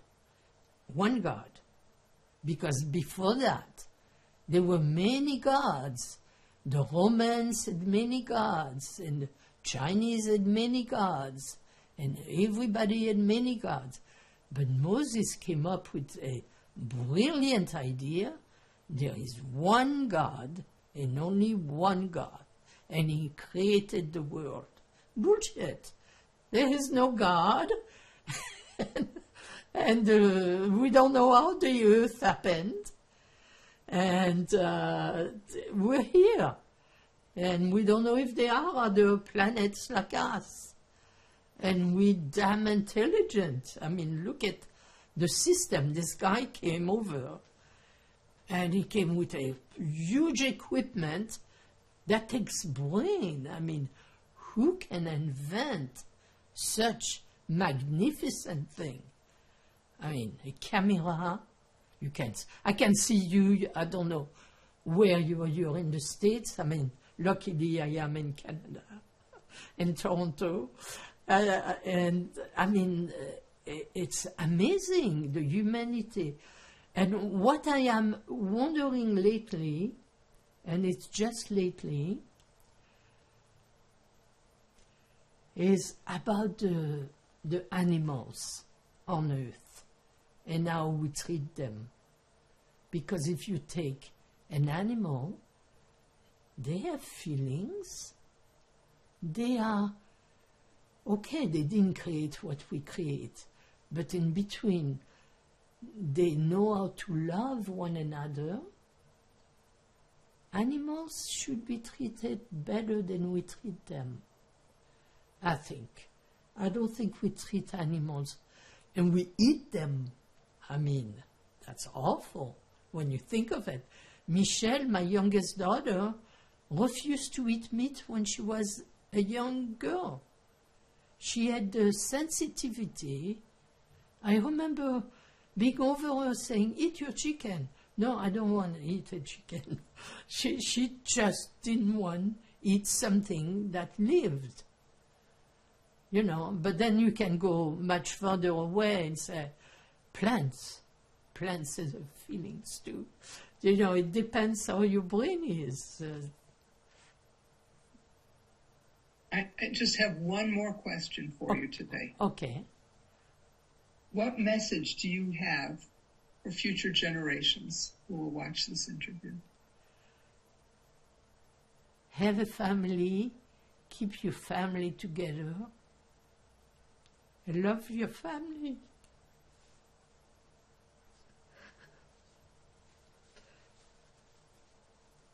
I didn't have any.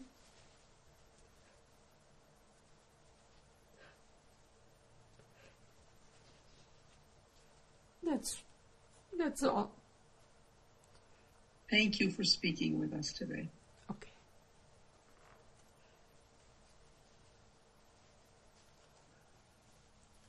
Can you please tell us about this picture? I believe it is when I got to the farm at the beginning. I was a year old or almost a year old. And who are the people in the photo? One of the daughter of the farmer is holding me, and it might very well be Aimée Fusy. She's Fusy, she was Lacroix at the time. And the little one? Greta Eisenberg. And can you tell us what country or where and what year? It must have been 1943 or end of 1943 or beginning 44, maybe. And it was in the countryside in Saône-et-Loire. In what country?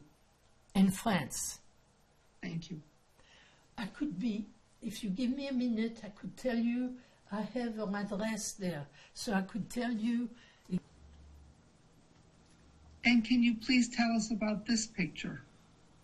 It's the picture of Maman Jeanne, Papa Henri, a part of one of their daughters, and Greta Eisenberg. And do you know when or where this was taken? It was taken at the farm where they kept me, and I can see that they made my clothes. They sewed my clothes because my parents didn't give them the clothes. I don't know. And do you know what year? I must have been 3 or 4 years old. So 1940, the same idea, 1943, 1944. And in the countryside, in what country? In France, in the area of Saône-et-Loire. It's a countryside, all farm area. Thank you, Greta. Please tell us about this picture. It's Aimée, a sister, which I forget the name of, and Lulu, who was the man that Aimée married, and Greta Eisenberg in the middle. It's around 1943-44, and it's in the farm, in the courtyard of the farm. In France. Can you give us the last name of the sisters? Lacroix. Lacrois.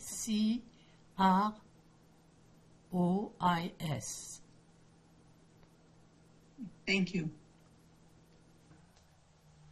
And what are we looking at here? When I became an airline stewardess, my graduation for Air Canada, I was maybe 22 years old at the time, 21, 22, which makes me 1960, something.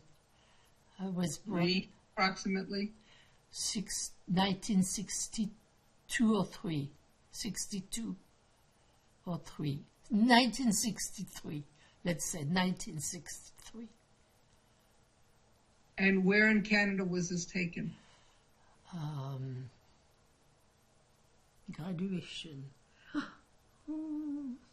That's okay. Give us your name. Greta Eisenberg. Might be Montreal, might be Toronto. Okay. So, and who are these people?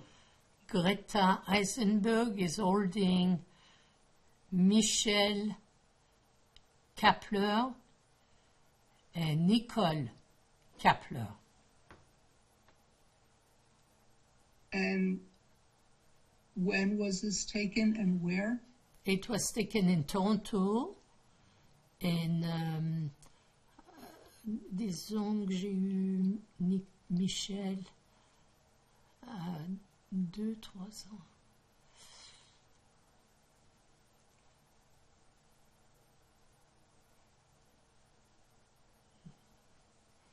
Hmm. 1975 about.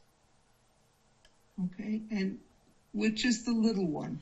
Nicole, Okay. who is now Riel, but she goes by her second name. She has 3 PhDs, that baby. Thank you. What are we looking at here? We're looking at my father going to register Greta Eisenberg as an Israelite.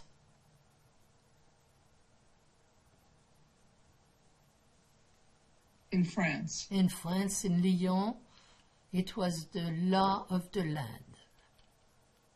And is there a date on that? Yes, there is, but the way it is there, you can't read it. I can only read it if I take the... It's 1942. I was born at the end of 41, so it's 1942. Thank you.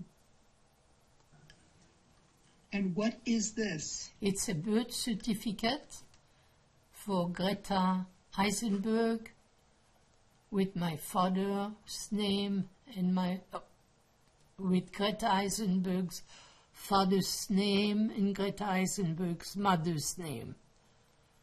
It's a birth certificate in Lyon, France. Thank you.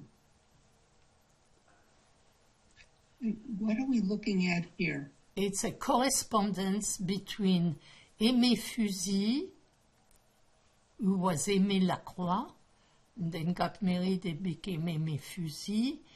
We exchanged Christmas cards and a few letters all along until the telephone was easier to use and we only sent Christmas cards and spoke on the phone on regular basis. She's still alive. She's 96 years old now and living in the countryside. I have the address there, but I can't see it. In France? In France, north of Lyon, in the countryside. She never moved. She stayed in the same area. Thank you, Greta Eisenberg, and this now concludes today's interview. Thank you so much.